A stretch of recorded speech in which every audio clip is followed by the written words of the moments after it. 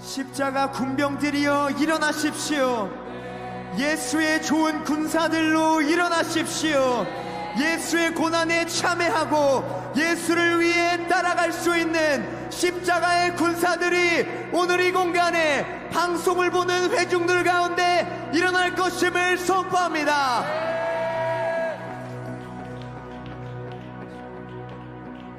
십자가 군병들아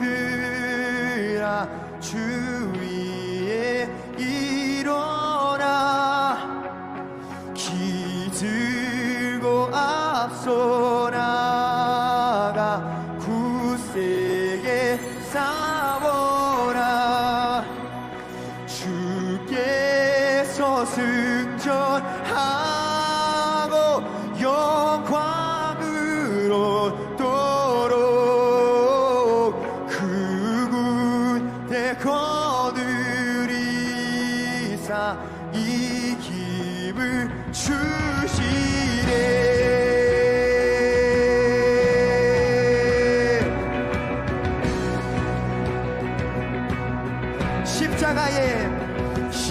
십자가 군병들아 주 위에 일어나 그 나팔 소리 듣고 곧 나가 싸워라. 수 없는 원수 앞에 주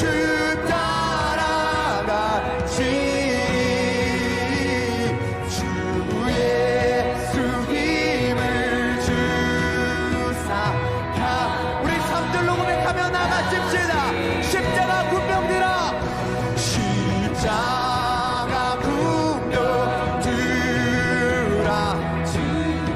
내 힘이 부족하네. 내 힘이 부족하니 주 걷는 믿어 복음의 갑주 입고 복음의 갑주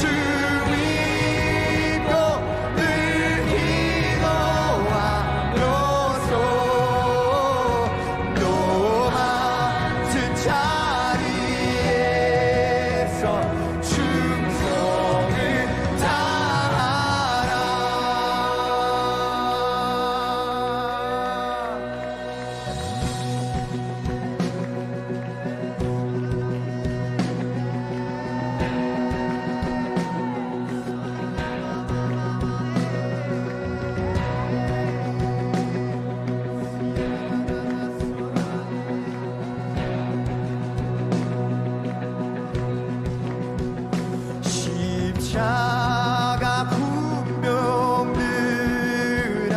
주 위에 일어나 이날에 접전하고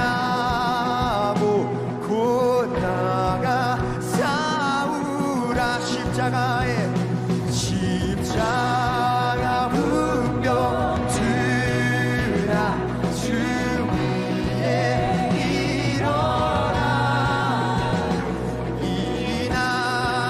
접전하고 고개가 불 다시 한번 십자가 군병들아 십자가 군병들아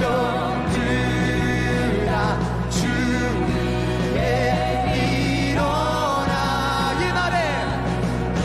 이날에 접전하고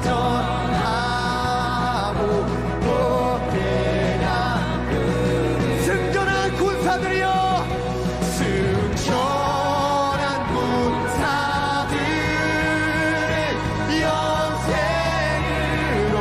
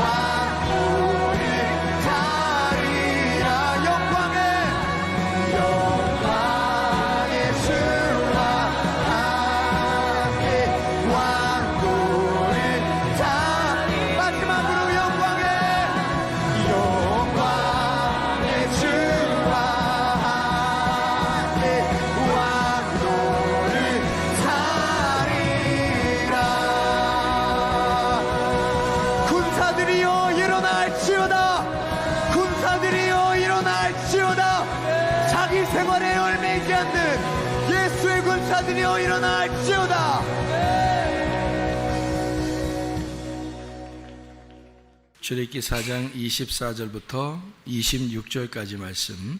모세가 길을 가다가 숙소에 있을 때에 여호와께서 그를 만나사 그를 죽이려 하신지라. 십보라가 돌칼을 가져다가 그의 아들의 포피를 베어 그의 발에 갖다 대며 이르되 당신은 참으로 내게 피난편이로다 하니 여호와께서 그를 놓아 주시니라. 그때 십보라가 피난편이라 함은 할례 때문이었더라. 아멘.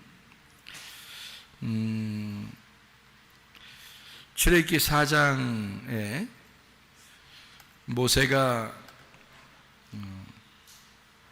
이제 하나님을 이제 만나는 그런 장면들을 우리가 볼 수가 있죠. 그래서 하나님을 만나서 하나님이 모세에게 지팡이로 꼬리를 잡게 해서 능력을 주시는 그런 하나님이심을 우리가 볼 수 있습니다. 머리가 있다면은 꼬리가 있는 거죠. 꼬리가 있다면 머리가 있는 거고, 그래서 머리가 시작이라면 꼬리가 마침이 되는 거죠. 어떻게 보면 창세기가 머리라면 요한계시록이 꼬리가 되겠죠. 그러니까 처음 시작과 끝을 이렇게 말하고 있는데, 꼬리를 잡아라 그랬더니 이게 이제 다시 지팡이가 되었더라. 처음에는 자기가 들고 있었던 것이 머리였는데 이것을 땅에다 놓고 다시 집었더니, 꼬리를 집었더니 그게 머리가 되었더라. 그러니까 머리는 꼬리가 되었고 꼬리는 머리가 되었더라, 이렇게 되었어요. 머리는 꼬리가 되고 꼬리는 머리가 됐다는 말을 다른 말로 말하면 어떤 의미가 되냐면 머리하고 꼬리가 같다라는 말이 되죠. 머리는 꼬리고 꼬리가 머리다 이렇게 쓰니까 그건 같은 것이다 이렇게 표현할 수가 있죠. 그래서 그거를 같은 지팡이다 이렇게 말하는 것입니다. 그 능력의 지팡이를 가지고 이제 주를 위해서 일을 해야 된다 사명을 주고 모세가 애굽을 향해서 이제 가야 되는 그런 여정입니다. 그렇게 가게 될 때에 이 모세가 갑자기 길에서 하나님이 이 숙소에서 만나게 돼요. 숙소에 있을 때 이제 모세를 죽이려고 그럽니다.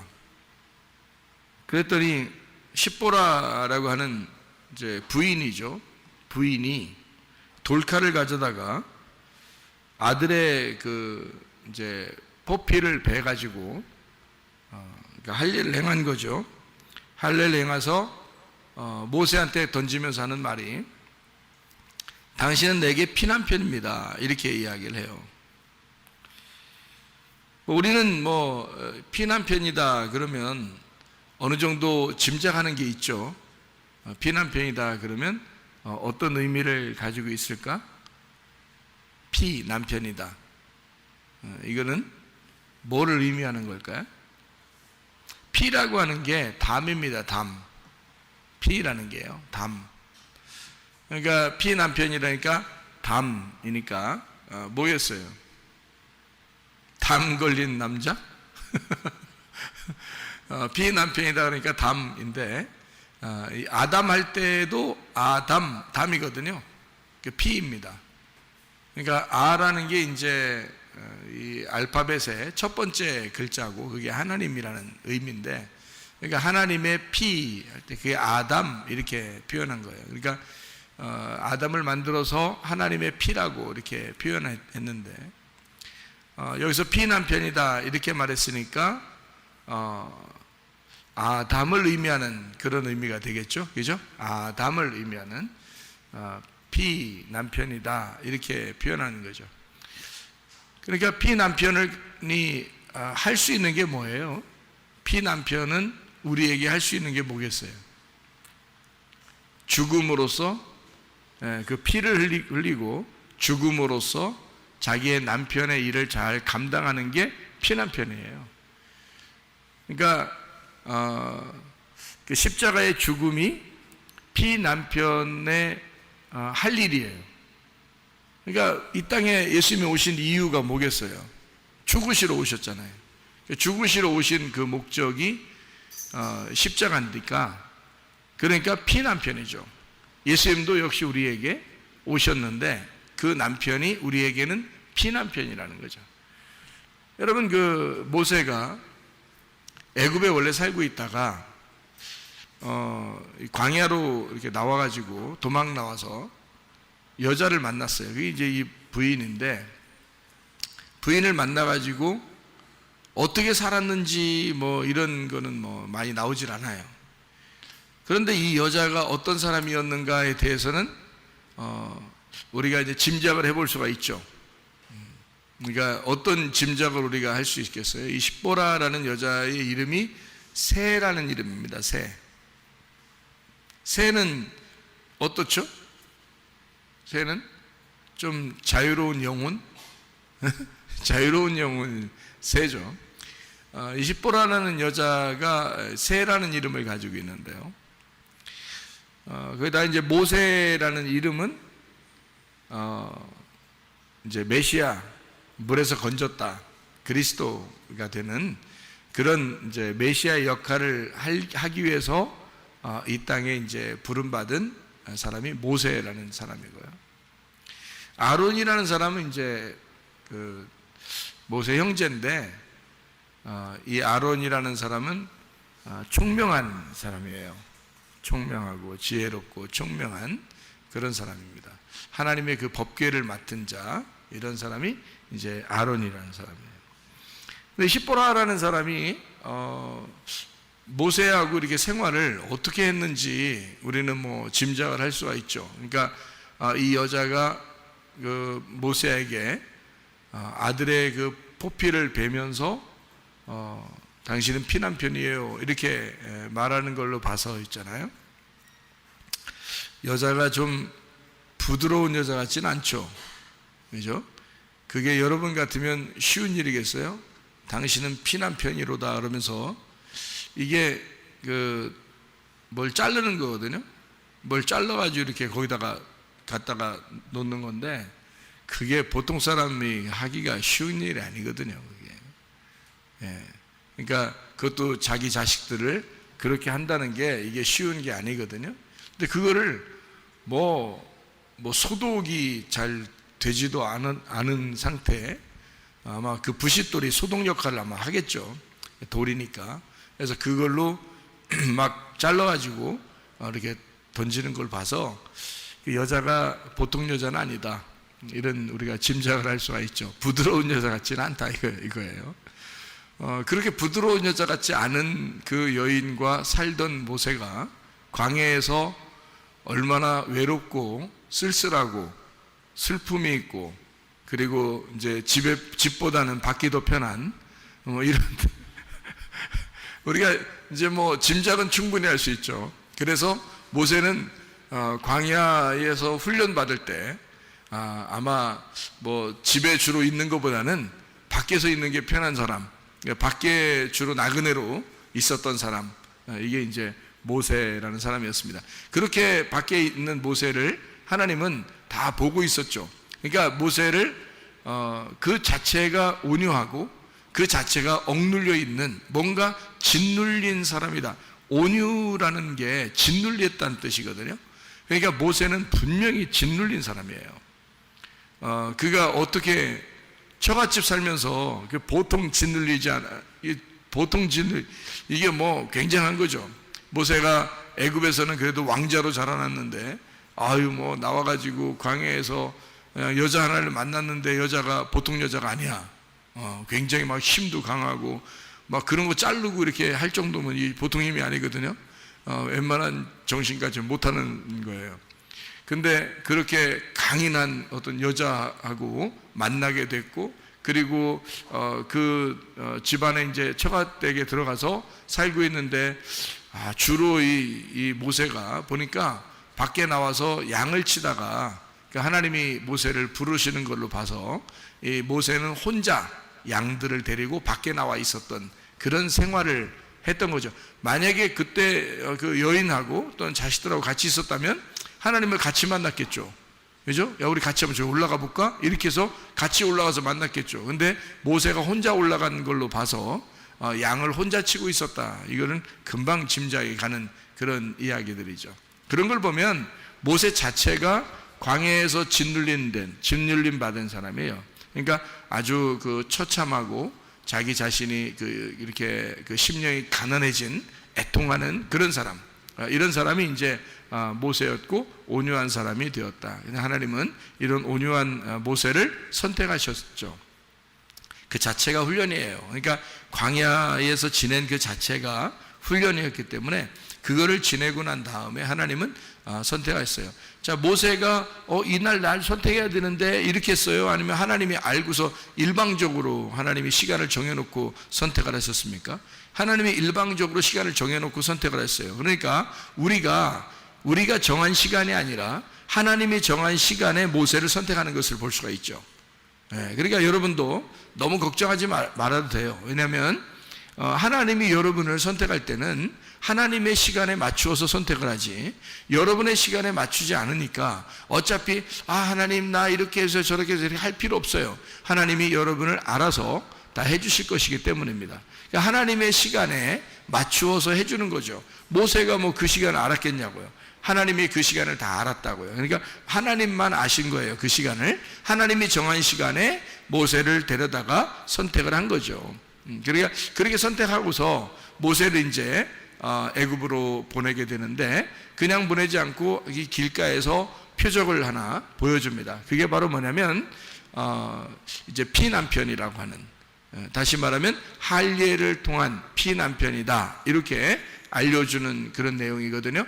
할례가 처음 이렇게 있었던 때가 언젠가요? 할례가 처음 있었던 때가 언제예요? 아브라함이 하갈을 통해서 이스마엘을 낳고 13년이 흘렀어요. 그리고서 13년이 지난 다음에 하갈과 아브라함이 또 그 집에 있는 사람들이 할례를 행합니다. 그러니까 그 할례는 이제 어떤 의미에서 할례를 한 거냐면, 너희들이 육신적으로 낳는 거를 중지하고 이 껍질이 덮여져 있는 육신적인 열매를 맺지 말고 이 껍질을 벗겨냄으로써 알곡을 이제 잉태해야 된다. 그래서 이스마엘은 육체로 낳았지만 이 알곡, 그러니까 껍질을 벗겨낸 할례를 받고 난 다음에는 그때는 이삭을 낳게 된다. 이것을 알려주는 그 장면이거든요. 그래서 할례가 필요했던 거예요. 할례는 그러니까 육체를 제거함으로써 육체와 영을 비교한 겁니다. 이렇게 나눈 거예요. 그게 할례라고 하는 거거든요. 그러니까 모세는 지금 피난편이다, 곧 할례를 말하는 것이다 라고 하는 것은 누구 자손이라는 거예요? 누구 자손? 아브라함의 자손이라는 거죠. 아브라함이 할례를 통해서 육체와 영을 나누었잖아요. 그렇죠? 그러니까 육체의 그 할례를 통해서 육체를 끊어내고 알곡이라는 이삭을 잉태하게 되는 이 역사가, 그게 이제 아브라함 때 있었던 일이거든요. 이거를 모세에게 피난편이다, 곧 할례를 말한다 할 때는 뭐를 의미하는 거겠어요? 모세를 통해서 모세가 십자가를 짐으로 육체의 죽음을 통해서 뭐를 잉태하고 낳겠다는 거예요? 알곡이라는 이스라엘을 끌어내겠다는 겁니다. 그죠? 이 모세가 가가지고 하나님의 백성, 그러니까 아브라함의 자손, 이삭의 자손들을 거기에서 끌어내겠다, 알곡을 끌어내겠다는 겁니다. 그러니까 피난편으로서 껍질을 벗겨내고 육체의 할례를 행함으로써 이제 알맹이를 건지는, 알맹이를 구원하는 역사를 이루겠다라고 하는 하나님의 의도가 있는 거죠. 그래서 하나님은 모세를 막 죽이려고 한다. 왜 죽이려고 하나 이거예요.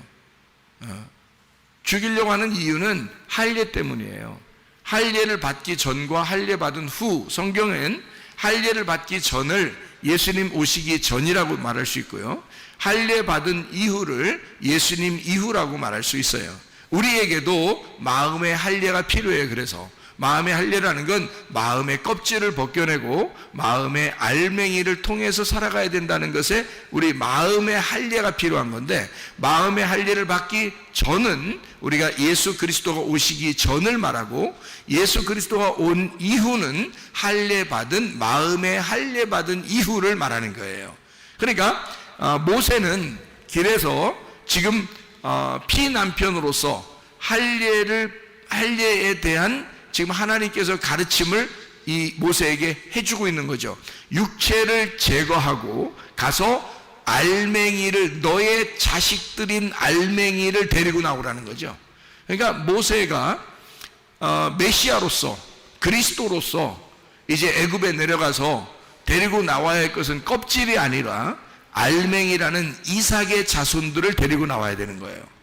자, 아브라함의 자손, 이삭의 자손, 아브라함과 이삭과 야곱의 자손이 어디에 있어요? 애굽에 있잖아요, 지금. 그러니까 아브라함과 이삭과 야곱의 자손이 애굽에 있다고요. 에서의 자손이 아닙니다. 이스마엘의 자손이 아닙니다. 아브라함과 이삭과 야곱의 자손이에요. 왜 그러냐면 야곱 때 요셉을 통해서 야곱의 자손들이, 12명의 자손들이 다 내려갔죠, 애굽으로. 거기서 자손들이 번성했거든요. 그러니까 이 자손들은 지금 누구의 자손이에요? 아브라함의 자손이란 말이에요. 근데 아브라함의 자손인데 아브라함의 씨는 누구밖에 없었어요? 이삭밖에 없었어요. 그 이삭은 뭘 통해서 나타난 아들이에요? 할례를 받고 난 다음에 나타난 아들이란 말이에요. 그러니까 이삭의 자손 야곱의 아들들, 그 자손들이 지금 애굽에 있는데 그들은 할례를 받고 난 아들이 낳은 자손들이란 말이에요. 무슨 말인지 아시겠죠? 그래서 하나님의 알곡들을 데리고 나오는데, 네가 피남편으로서 메시아가 된다. 다시 말하면 네가 십자가를 지는 피남편이 되어 그들을 건져내야 된다는 것을 메시아의 사명을 주는 거죠. 그게 여기 지금 피남편이로다라고 말하는 것입니다. 그러니까 이거를 할례라 이렇게 표현하고 있죠. 모세가 아들이 있었어요. 모세가 아들이. 출애굽기 18장에 출애굽기 18장 3절 4절의 말씀을 한번 보니까요, 이렇게 되어 있습니다. 그의 두 아들을 데리고 왔으니 그 하나의 이름은 게르솜이라.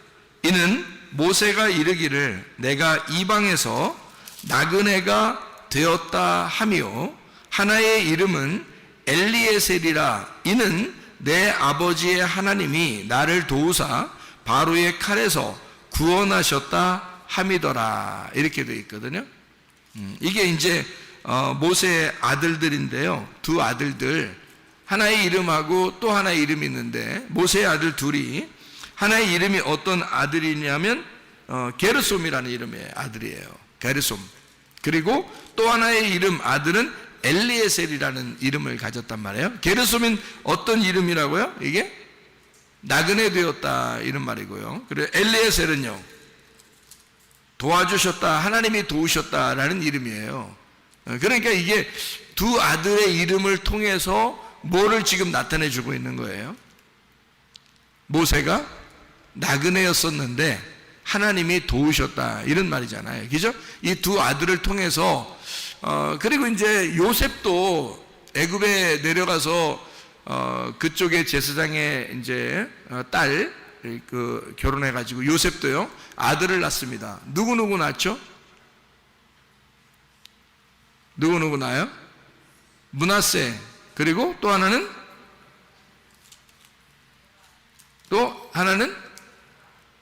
에브라임. 그러니까 므낫세와 에브라임을 나요. 므낫세가 무슨 이름이에요? 잊어버렸다는 의미예요. 이름이에요. 잊어버렸다. 에브라임이라는 이름은요, 열매를 맺는다, 풍성한 열매를 맺는다가 에브라임이에요. 그러니까 하나님이 나의 모든 과거를 잊어버리시고 그리고 내게 열매를 주셨다. 이게 이제 두 개 이름이, 그러니까 두 개 이름이 둘 다 참 좋은 이름이에요. 이제 그러니까 더 좋은 이름은 에브라임이라는 이름이고, 조금 덜 좋은 이름은 므낫세라는 이름이에요. 근데 그러면 에브라임은 기분 좋겠지만 므낫세는 먼저 낳기 때문에 기분 나쁜 이름을 가졌다, 이렇게 하면 이상하잖아요. 그죠? 그러니까 이 요셉이 아들의 두 이름을 이렇게 부르면서 하나는 므낫세, 하나는 에브라임 그런단 말이에요. 므낫세는 내가 나의 모든 과거를 잊어버리고 하나님이 나의 모든 죄를 씻으셨다, 그 말이거든요. 그러니까 이게 므낫세라는 이름이 어떤 이름이겠어요? 잊어버렸다는 의미인데 이게 어떤 의미를 가지고 있겠냐고요. 하나님이 여러분을 막 기억해요? 뭘 기억 안 하고 그래요? 기억 안 해. 뭘 기억 안 해요? 우리의 죄를 기억 안 합니다. 하나님은 우리의 죄를 더 이상 기억하지 않겠다. 또 나의 모든 과거를 다 잊어버리겠다, 그 말이거든요. 예수님 만나면 내 모든 과거를 다 이 좋은 말이에요, 안 좋은 말이에요? 좋은 말이에요. 그러니까 므낫세가 무슨 이름이냐면 한마디로 말하면 죄사함이라는 이름을 가진 이름이에요. 죄사함. 그게 므낫세라는 이름이에요. 그리고 또 하나 에브라임의 이름은요, 죄사함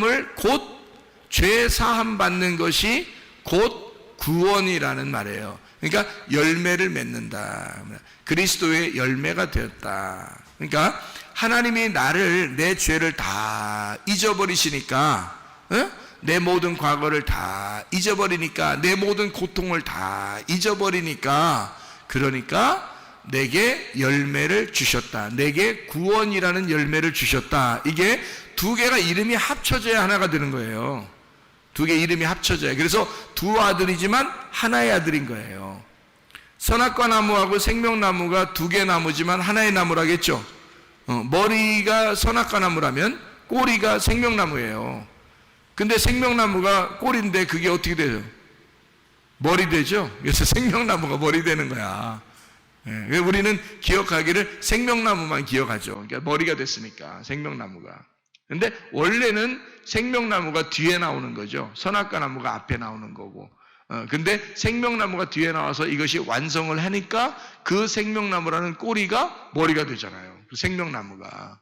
그렇게 성경이 이렇게 되는 거죠. 그러니까 므낫세가 원래 장자인데 에브라임이 둘째 아들인데 둘째 아들이 장자처럼 되는 거예요. 그 말은 어떻게 되냐면 이 므낫세를 통해서 시작을 했지만 에브라임을 통해서 완성한다는 얘기거든요. 그러니까 둘이 하나야. 이게 엄청 놀라운 얘기들이란 말이에요. 여기서 모세가 아들을 낳았는데요, 둘을 낳았어요. 참 희한하죠. 요셉도 아들 둘 낳았는데 모세도 아들을 둘 낳았어요. 참 둘 다 메시아 같으신 분들입니다. 요셉도 이스라엘 백성들, 자기 가족들을 다 구원하는 메시아 같은 존재고요. 모세도 역시 이스라엘 백성들을 구원하는 메시아 같은 존재란 말이에요. 모세라는 이름이 메시아라는 이름하고 같은 단어를 쓰거든요. 그러니까 이 모세가 메시아. 그러니까 이 모세의 아들이 딱 둘인데 하나는 게르솜, 하나는 엘리야살이라는 이름이란 말이에요. 그러니까 게르솜과 엘리야살은 어떻게 해요? 둘이 나누어져야 되겠어요? 둘이 같아져야 되겠어요? 같아져서 이해를 해야 된다는 거죠. 그러니까 게르솜은 이게 나그네가 되었다는 얘기고 엘리야살은 하나님이 도우셨다는 얘기가 됐어요. 그러니까 하나님이 내가 나그네인데, 내가 인생의 나그네를 살고 있는데, 내가 이방 땅에서 나그네로 살고 있는데 하나님이 나를 도우셨다, 이렇게 되는 거죠. 그러니까 내가 나그네로 이 땅에 던져졌는데, 여러분과 제가 다 인생의 나그네입니다. 이 땅에 사는 그 존재가 다 나그네예요, 우리는요. 그런데 하나님이 우리를 도우셨다. 그러니까 게르솜, 엘르아살이란 말이에요. 그러니까 우리 인생들은 다 뭐라고요? 게르솜, 엘르아살이란 말이죠. 우리는 나그네인데 하나님의 도우심이 있다, 이런 말이죠. 그러니까 이렇게 하나님의 백성들이 하나님께서 우리를 이렇게 나그네 같은 우리 인생, 다시 말하면 모세를 통해서 이제 그 두 아들이 설명해 주죠. 이스라엘 백성들이 애굽에서 사실은 주인이 아니라 나그네거든요. 거기서도 모세가 그걸 똑같이 사는 거예요. 광야에서. 그게 훈련이야. 인생을 그렇게 살아본 사람이 그렇게 쓰임 받는 겁니다. 모세가 광야에 나오지 않았다면 모세가 나그네라는 걸 뭔지를 몰랐을 거예요. 그는 왕자로 자라났기 때문에 애굽에서 나그네가 뭔지를 몰랐을 거예요. 거지가 뭔지를 몰랐을 거라고요. 그런데 모세가 광야에 나와 보니까 자기가 거진 거야. 광야로 나와 보니까 자기가 나그네인 거야. 그리고 부인도 부인 같지가 않은 거야. 무서워. 막 좀 강해. 너무. 그래서 혼자 그냥 밖에서 사는 게 더 나을 것 같아. 밖에서 그냥 양들하고 같이 지내는 게 훨씬 더 나을 것 같은 그런 부인하고 살아. 자, 늘 외롭고 쓸쓸하고 처참하고 혼자 있는 것 같고 짓눌려 있는 사람 모세. 이렇게 살아보지 않았다면 그가 진짜 나그네가 무엇인지를 몰랐을 거예요. 그러니까 이스라엘 백성들이 애굽에 살고 있지만 사실 그들이 바로 왕에게 핍박을 당할 때는 그들이 나그네라는 것을, 인생이 나그네구나. 내가 그리스도인으로 하나님의 백성으로 내가 이 땅에 산다는 것이 정말 나그네구나 라는 것을 알게 됐을 거란 말이에요. 이스라엘 백성들이. 그런 모세가 나그네의 생활을 광야에서 했고 그 하나님이 자기를 그 광야에서 하나님이 자기를 늘 함께 있었다라고 하는 것을 깨닫고 하나님을 만났을 때 하나님이 내가 너를 사실 이렇게 이 광야에서 불러서 너를 하나님의 사람으로 세우려고 사명자로 하나님의 그릇으로 세우려고 너를 이 땅에 불렀었던 거야. 내가 너와 늘 같이 있었어. 이거를 하나님은 말씀하셨습니다. 그러니까 하나님과 같이 있는 걸 알았던 거죠. 그러니까 하나님이 나를 이렇게 도와주셔서 내가 이렇게 살았었구나라는 것을 알게 된 거죠, 모세가. 그러니까 이스라엘 백성들을 생각하게 되죠. 이스라엘 백성들도 똑같잖아요. 애굽에 살고 있지만 핍박받고 있는 나그네, 하나님 앞에 호소하고 괴로워하고 있는 그 나그네 인생을 사는 이스라엘 백성들에게 역시 하나님 어떻게 모세를 보냄으로써 하나님이 도우신다고 하는, 하나님이 너희들과 함께 있다고 하는, 너희들의 고통 소리를 하나님이 계속 듣고 있었다고 하는 것을 하나님은 너희들의 그 나그네 인생, 그 힘든 인생을 하나님은 다 보고 있었다고 하는 사실을 알려주고 모세를 보내서 이스라엘 백성들을 도우셔서 엘르아살 하나님이 도우셔서 그들을 이끌어내는 그런 이제 놀라운 역사를 하게 되죠. 그게 모세의 그 두 아들이 게르솜과 엘르아살, 이것이 두 개가 합해져서 하나가 되었다. 자, 나그네로 갔을 때는 여전히 우리의 육신의 삶을 사는 것과 같은데 이 나그네 인생이 어느 날 끝나 그리고 피난편이 돼요. 십자가의 예수를 경험하게 되면 그 다음에는 하나님의 도우심을 분명하게 안다는 거죠. 하나님의 도우심을. 그래서 이렇게 우리가 육신으로 살던 것이 십자가에서 죽으면 하나님의 말씀으로 살아가게 된다라고 하는 것을 우리에게 말해주는 것과 똑같은 얘기죠. 그러니까 주님은 이 모세를 통해서 피난편, 다시 말하면 할례, 우리로 말하면 마음의 할례를 요구하신다는 거죠. 여러분이 이 땅에 사는 동안은요 완전한 것은 아닙니다. 그래서 우리에게는 여전히 어떤 남편이 필요하다고요? 피난편이 필요하다고요. 그 피난편을 의지함으로써 그 피가 나를 구원하는 거죠. 그 피가 나를 치유하시는 거고, 피가 나를 문제를 해결하시는 거고요. 피가 나를 성공하게 하는 겁니다. 예수의 피, 하나님의 그 피가 우리에게, 그 피 남편이 내게 옴으로써 그가 나를 구원하는 것입니다. 그게 모세고 메시아인 거죠.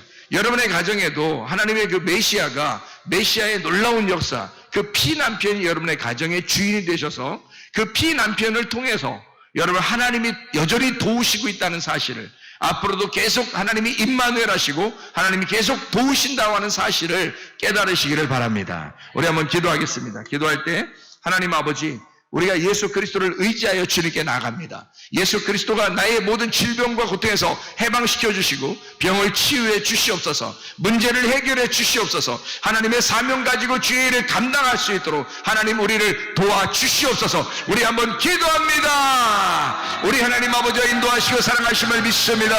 주여, 우리 하나님 아버지 주의 은혜 가운데 살게 하심을 믿습니다. 하나님의 도우심이 필요합니다. 하나님 엘라잘 되셔 우리 하나님께서 우리를 도우심이 우리에게 늘 필요합니다. 하나님 아버지의 나그네 같은 이 인생에서 하나님의 도우심으로 주님 우리와 동행하시고 인도하실 줄로 믿습니다. 주의 뜻대로 살다가 주님 만나게 도와주시고 피난편 되신 예수 그리스도를 의지하오니 주여, 우리의 모든 질병과 대사병 받게 하시며 가정의 모든 문제를 해결되게 하시고 성령으로 기름 부시고 예수의 축복이 넘치게 도와 주시옵소서. 비염은 떠나갈지어다, 아토피 떠나갈지어다, 오이장병 떠나갈지어다, 어지럼증 사라질지어다, 두통은 사라질지어다, 류마티스 관절은 떠나갈지어다, 어깨 통증 사라질지어다, 허리 디스크 떠나갈지어다, 목 디스크 떠나갈지어다, 심장병 온전해질지어다, 각종 종의 암덩어리 떠나갈지어다, 감기 몸살 온전해질지어다, 협착증 사라질지어다, 건선피부 온전해질지어다, 이명은 사라질지어다, 자가면역 질환 온전해질지어다, 식도염 사라질지어다, 요런 녀석 떠나갈지어다, 전립선 온전해질지어다, 우울증, 불면증, 호황장애, 두려움, 불안, 초조 다 떠나갈지어다. 음란, 도직, 도둑질, 미움, 욕심행은 다 떠나갈지어다. 떠나갈지어다. 예수 그리스도 성령으로 충만하게 하셔서 주님과 동행하다 주님 만나게 도와 주시옵소서. 예수 그리스도 존귀하시를 받도록 기도 올리옵나이다. 아멘.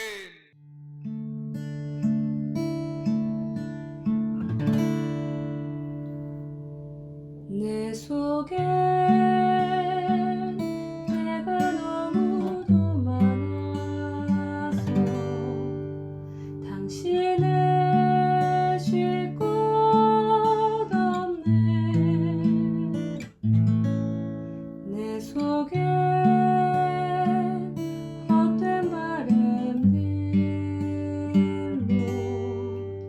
당신을 변할 곳 없네. 내 속에 내가 어쩔 수 없는 어둠 당신을